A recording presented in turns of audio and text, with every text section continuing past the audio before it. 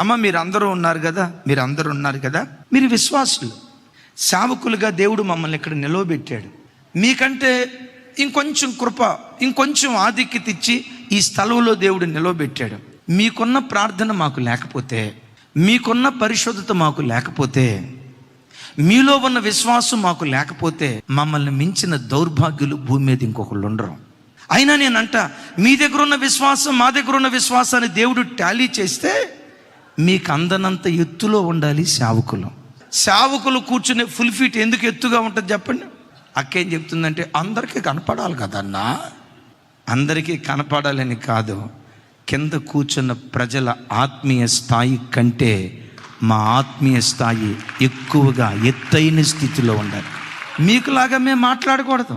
అంటే మీరు చౌకబారుగా మాట్లాడతారని నేను అనను. ఒకవేళ విశ్వాసి చౌకబారుగా ప్రవర్తించవచ్చు. విశ్వాసి చౌకబారుగా ప్రవర్తించిన విశ్వాసికి అందనంత ఎత్తులో జీవించేవాడే నిజమైనటువంటి సేవకుడు. ఇప్పుడు మీరు విశ్వాసులు ఉన్నారు, నా వైపు చూడండి, మీరు విశ్వాసులు ఉన్నారు. కొన్నిసార్లు మీ ముఖాలు ఇంట్లో బాంధవ్యాలు టచ్ స్క్రీన్ లాగా ఉంటాయి. ఎప్పుడు నవ్వుతారో, ఎప్పుడు ఏడుస్తారో, ఎప్పుడు అవధం దాగిన ముఖం లాగా పెడతారో, ఎప్పుడు ప్రేమ వస్తుందో, ఎప్పుడు కోపం వస్తుందో ప్రసాదం అసలు తెలియదు. మీరు విశ్వాసులు కొట్లాడుకుంటారు. కొట్లాడుకోవాలని కాదు నేను చెప్పే మాట, మీ మధ్యలో మనస్మర్థలు ఉన్నాయి, సబబే. కానీ ఈ హోదాలో కూర్చున్న మా దగ్గర నుంచి ఎక్కువ తీసుకోవాలని దేవుడు చూస్తాడు. మీలో ఉన్న ఓర్పు కంటే మా ఓర్పు గొప్పదై ఉండాలి. మీలో ఉన్న విశ్వాసం కంటే మా విశ్వాసం గొప్పదై ఉండాలి. మీలో ఉన్న పరిశుద్ధత కంటే మీలో ఉన్న పరిశుద్ధత కంటే మాలో ఉన్న పరిశుద్ధత అధికమైనదై ఉండాలి.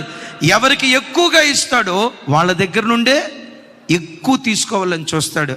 అనుకోండి, ఒక సేవకుడికి 100 మంది ఆత్మలు, ఇంకో సేవకుడికి 200 మంది ఆత్మలు, ఇంకొక సేవకుడికి 20 మంది, ఇంకో సేవకుడికి 50 మంది ఇచ్చి, ఒక సేవకుడికి మాత్రం అనుకోండి 10,000 మంది ఆత్మలను ఇచ్చాడు.